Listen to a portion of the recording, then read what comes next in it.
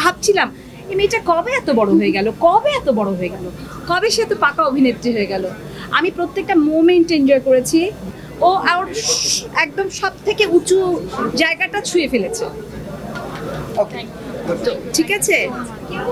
মানে যে বিষয়টা না reverse এখানে হয়ে যায়। আমি শুধু আমার মানে টিচারের মালতী কাছ না, থেকে মেহজাবিন? শুধু শুনতে চাই তার শিষ্য আসলে কতটুকু করতে পেরেছে, কতটুকু দিতে পেরেছে। আমি শুধু এইটুকু শুনতে চাই, that's it. আজকে আর কোনো কিছু না। আমি আসলে এই পুরো সময়টা ধরে একটা জিনিসই ভাবছিলাম যে মেহজাবিন কবে এত বড় হয়ে গেল, মানে কবে ও অনেক রকম, মানে মেহজাবিন হয়তো অনেক মাইল ফলক ছুঁয়ে ছুঁয়ে আজকে এসছে, কিন্তু আজকের ওর এই প্রিয় মালতী আমার মনে হয় যে ভবিষ্যতে ও আরও অনেক কাজ করবে, বাট এটার অন্যতম শ্রেষ্ঠ কাজ হয়ে থাকবে। আর আমি যেটা সত্যি আমি এটা ফিল করে বলেছি যে আমি ভাবছিলাম এই মেয়েটা কবে এত বড় হয়ে গেল, কবে এত বড় হয়ে গেল, কবে সে এত পাকা অভিনেত্রী হয়ে গেল।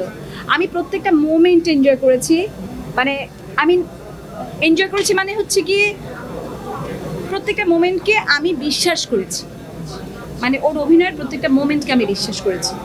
I am so proud. মেহজাবিনের কি ইমপ্রুভ করা উচিত এই সিনেমা দেখার পর? প্লিজ এই সিনেমার সাপেক্ষে কোনো ইমপ্রুভমেন্টের কোনো আলোচনাই হবে না। এই সিনেমাতে আই থিঙ্ক ও আর একদম সব থেকে উঁচু জায়গাটা ছুঁয়ে ফেলেছে।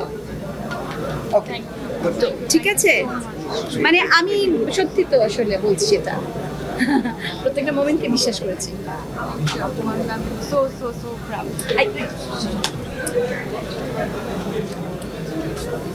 And you, তোমার নাম কি সত্যি সত্যি সম্রাট শাহজাহান? শাহজাহান সুন্দর।